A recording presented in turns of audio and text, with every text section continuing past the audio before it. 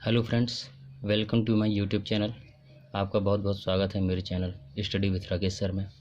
आज हम साइंस के कुछ बहुत ही इंपॉर्टेंट क्वेश्चन सॉल्व करने वाले हैं, जिसमें एनसीईआरटी बेस्ड साइंस की जो मोस्ट यूजफुली 9th 12th और एसएससी, नीट, जीएनटी, बैंक एवं ऑल कंपटीशन एग्ज़ाम के लिए बहुत ही महत्वपूर्ण होने वाले हैं। चलिए तो शुरू करते हैं हम आज का सेशन। पहला क्वेश्चन है, सबसे बेसिक क्वेश्चन जो कि साइंस का, कि विज्ञान क्या है या जीव विज्ञान क्या है। What is biology? बायोलॉजी होती क्या चीज़ है? तो बायोलॉजी जो है बायोस प्लस लोग्स दो शब्दों से मिलकर बना होता है, और बायोस शब्द का अर्थ होता है जीवन या लाइफ, और लोग शब्द का अर्थ होता है स्टडी, मतलब जीवन का अध्ययन। तो हम कह सकते हैं कि बायोलॉजी मतलब जीवन का अध्ययन। इसके अंतर्गत हम किस चीज़ का अध्ययन करते हैं, क्या होती है बायोलॉजी? इसके अंतर्गत हम पेड़ पौधे, वनस्पति, जीव जंतु के उद्भव, विकास, भौतिक गुण, जैविक प्रक्रम एवं कोश की संरचना व व्यवहार का अध्ययन करते हैं। यह कहलाता है बायोलॉजी। और जीव विज्ञान जो है मुख्यतः इसमें जंतु विज्ञान और वनस्पति विज्ञान, इसकी मुख्यतः दो शाखाएं होती हैं। जंतु विज्ञान, जंतुओं का अध्ययन जंतु विज्ञान कहलाता है, और वनस्पतियों का अध्ययन वनस्पति विज्ञान कहलाता है। तो जीव विज्ञान जो है मुख्यतः इसमें जंतु विज्ञान और वनस्पति विज्ञान, इसकी मुख्यतः दो शाखाएं होती हैं। जंतु विज्ञान, जंतुओं का अध्ययन जंतु विज्ञान कहलाता है, और वनस्पतियों का अध्ययन वनस्पति विज्ञान कहलाता है। तो जीव विज्ञान जो जंतु विज्ञान है, जंतु विज्ञान की जो पितामह है, या हम कह सकते हैं फादर ऑफ बायोलॉजी, तो उनका नाम है अरस्तु। और वनस्पति विज्ञान की जो जन्मदाता हैं, ये जिन्होंने वनस्पति विज्ञान दिया है, वो हैं थियोफ्रेस्टस। अब प्रकृति विज्ञान जो नेचुरल साइंस होते हैं, इसकी क्या परिभाषा है कि विज्ञान शब्द का प्रयोग प्राकृतिक विज्ञान के लिए किया जाता है। सामान्यतः सबसे पहले विज्ञान शब्द का यूज़ जो हुआ था प्राकृतिक विज्ञान के लिए किया गया था। इसकी प्रमुख तीन शाखाएं हैं। पहला फिजिक्स, केमिस्ट्री और बायोलॉजी, जिसमें अब हम देख सकते हैं कि बायोलॉजी शब्द की उत्पत्ति और इसका सर्वप्रथम प्रयोग कब हुआ, वह किसने किया था। तो बायोलॉजी जो है इसकी उत्पत्ति ग्रीक भाषा के शब्द से हुई है, जिसका अर्थ होता है जीवन का अध्ययन। और सर्वप्रथम बायोलॉजी शब्द को लेमार्क एवं ट्रेवेरिनस नामक वैज्ञानिक ने 1802 में इस शब्द का प्रयोग किया था। बॉटनी, अब जो वनस्पति विज्ञान है, यह ग्रीक भाषा के बॉस्किन शब्द से लिया गया है, जिसका अर्थ होता है चरना। वैज्ञानिक जो सर्वप्रथम इनको यूज़ किए हैं या इसका जन्मदाता माना जाता है जिसको, वो वैज्ञानिक है थियोफ्रेस्टस, जिन्होंने अपनी पुस्तक हिस्टोरिया प्लांटेरम में 500 प्रकार के पौधों का वर्णन किया है। इन्हें वनस्पति विज्ञान का जनक कहा जाता है। आप देख सकते हैं अगला क्वेश्चन जो है बहुत ही महत्वपूर्ण है कि जीव विज्ञान की शाखाओं के जनक। जीव विज्ञान की बहुत ही महत्वपूर्ण शाखाएं मैंने इस वीडियो में ली हैं, जो आपको सभी कंपटीशन एग्जाम के लिए मदद करेंगी। तो जीव विज्ञान की शाखाएं हैं और दूसरी साइड है जनक। तो जीव विज्ञान जो है इसके जनक है अरस्तु। दूसरा है वनस्पति विज्ञान, तो वनस्पति विज्ञान के हैं थियोफ्रेस्टस। तीसरा है जीवाश्मिकी, जीवाश्मिकी के हैं लियोनार्डो दा विंसी। चौथा है सुजनकी, और सुजनकी के हैं एफ गाल्टन। पांचवा है आधुनिक वनस्पति विज्ञान। वनस्पति विज्ञान के जनक है लियोनस कैरोलस लीनियस कहते हैं जिसे हम। प्रतिरक्षा विज्ञान, प्रतिरक्षा विज्ञान के जनक है एडवर्ड जेनर। अनुवांशिकी के जनक हैं ग्रेगर जॉन मेंडल। आठवां है आधुनिक अनुवांशिकी, आधुनिक अनुवांशिकी के जनक हैं टीएच मॉर्गन। नौवां है कोशिका विज्ञान, कोशिका विज्ञान के जनक है रॉबर्ट हुक है, जैसे कि आप जानते ही हैं। रॉबर्ट हुक ने 1665 में कोशिका की खोज की थी, ये भी आप जानते ही होंगे। वनस्पति चित्रण, ये बहुत ही इम्पोर्टेंट है, ये बहुत कम किताब में आपको मिलेगा। वनस्पति चित्रण के जो जनक माने जाते हैं क्रिटियस, क्रिटियस को वनस्पति चित्रण का जनक कहा जाता है। जंतु विज्ञान, जंतु विज्ञान के जनक हैं अरस्तु। आप पढ़े होंगे सबसे पहले जीव विज्ञान और जंतु विज्ञान दोनों के ही जनक अरस्तु को माना जाता है। वर्गीकी, वर्गीकी के जनक है कैरोलस लीनियस।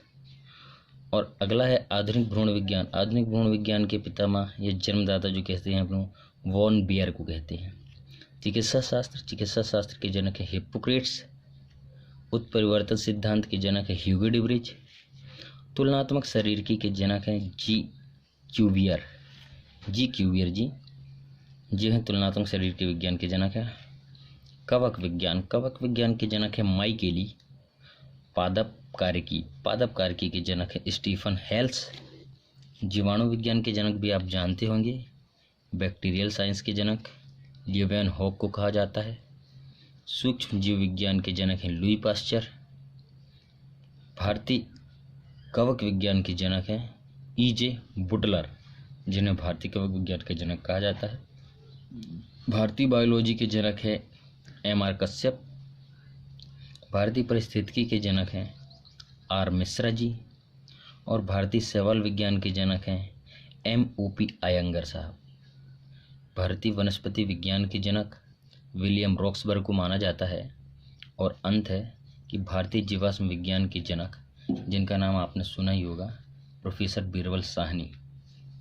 तो ये कुछ महत्वपूर्ण शाखाएं हैं जीव विज्ञान की, और उनके कुछ जनक हैं जिन्होंने इनकी शाखाओं की खोज की या इनका जन्मदाता कहा जाता है। अगला हम जो देखने वाले हैं वो सबसे महत्वपूर्ण यह है कि जीवन की उत्पत्ति किस प्रकार से हुई है और इसके चरण क्या हैं, या फिर जैव व्यवस्था में इसके विभिन्न स्तर क्या हैं। तो यह जो वेन आरेख या डायग्राम जो बना है, यह नीचे से ऊपर की तरफ बढ़ते हुए क्रम में है, जो कि 4 चरणों में है। आप देख ही सकते हैं, जिसमें भौतिक विज्ञान, रसायन विज्ञान, जीव विज्ञान और परिस्थितिकी, इन 4 चरणों में हमारी व्यवस्था व्यवस्थित की गई है और उत्पत्ति को विस्तारित किया गया है। पहला देख सकते हैं आप कि उप परमाणु कण। सबसे पहले उप परमाणु कण आया, फिर उप परमाणु कण से परमाणु बना, परमाणु से अणु बना। ये सब चीज़ बेसिक जो हम पढ़ रहे हैं, ये कहीं ना कहीं आपने पहले सुना होगा। तो उप परमाणु कण से परमाणु को बनना, परमाणु से अणु को बनना, यह भौतिक विज्ञान की शाखा है। फिर अगला देखिए, अणु से कार्बनिक या अकार्बनिक यौगिक का निर्माण होना और जैविक अणु का निर्माण होना। फिर जीवित अणु से प्रोकैरियोटिक कोशिकाओं का बनना। प्रोकैरियोटिक कोशिका के बारे में आप जानते हैं, यह केंद्रक विहीन होती है, इसमें केंद्रक अनुपस्थित होता है। तो यह जो है रसायन विज्ञान की शाखाएं हैं। अगला आप देख सकते हैं यूकैरियोटिक कोशिकाएं। प्रोकैरियोटिक कोशिका से यूकैरियोटिक कोशिका। यूकैरियोटिक कोशिका केंद्रक युक्त होती है और यह पूर्व विकसित कोशिकाएं होती हैं। और इन विकसित कोशिकाओं से ऊतक बनता है, ऊतक से बनता है अंगतंत्र, अंगतंत्र से बनता है जीव, जीव से बनता है समष्टि का निर्माण होता है, समष्टि से समुदाय का निर्माण होता है, फिर समुदाय से पारितंत्र का निर्माण होता है। पारितंत्र के बाद अब पारितंत्र में विभिन्न प्रकार के पक्षी, जीव जंतु, सभी हम मनुष्य भी उसी में आते हैं और इससे बनता है फिर जीवमंडल का निर्माण होता है। तो यूकैरियोटिक कोशिकाओं से जीव तक की प्रक्रिया जीव विज्ञान के अंतर्गत आती है। इसके अलावा जब जीव बन जाता है या एक जीव का निर्माण होता है सेल से, तब उससे समष्टि, समुदाय, पारितंत्र और जीवमंडल बनने तक की प्रक्रिया पारिस्थितिकी कहलाती है। इसके साथ ही आप देख सकते हैं कि यूकैरियोटिक कोशिकाएं और प्रोकैरियोटिक कोशिकाओं के मध्य में एक रेड लेयर बनी हुई है, जो कि निर्जीव और सजीव का वर्णन कर रही है। एक तरह यह जो एरो बना हुआ है, यह निर्जीव के लिए है, क्योंकि उप परमाणु और परमाणु अणु से बनते हुए प्रोकैरियोटिक कोशिकाओं तक यह एक निर्जीव वाली प्रक्रिया है, जिसमें केंद्रक भी अनुपस्थित रहता है। इसके बाद जो क्रिया है ऊपर की, जिसमें सजीव जीवों का वर्णन किया गया है, यूकैरियोटिक कोशिकाओं से जीवमंडल तक। तो इस प्रकार व्यवस्था होती है जीवों की उत्पत्ति एवं उसके विकास की विभिन्न चरणों की। तो जीवन की उत्पत्ति के इन चरणों का निर्माण मुख्य 4 चरणों से हुआ है। आप देख सकते हैं, पहला चरण है साधारण अणुओं का निर्माण, दूसरा चरण है कार्बनिक अणुओं का निर्माण, जो कि रसायन विज्ञान के अंतर्गत आ सकता है।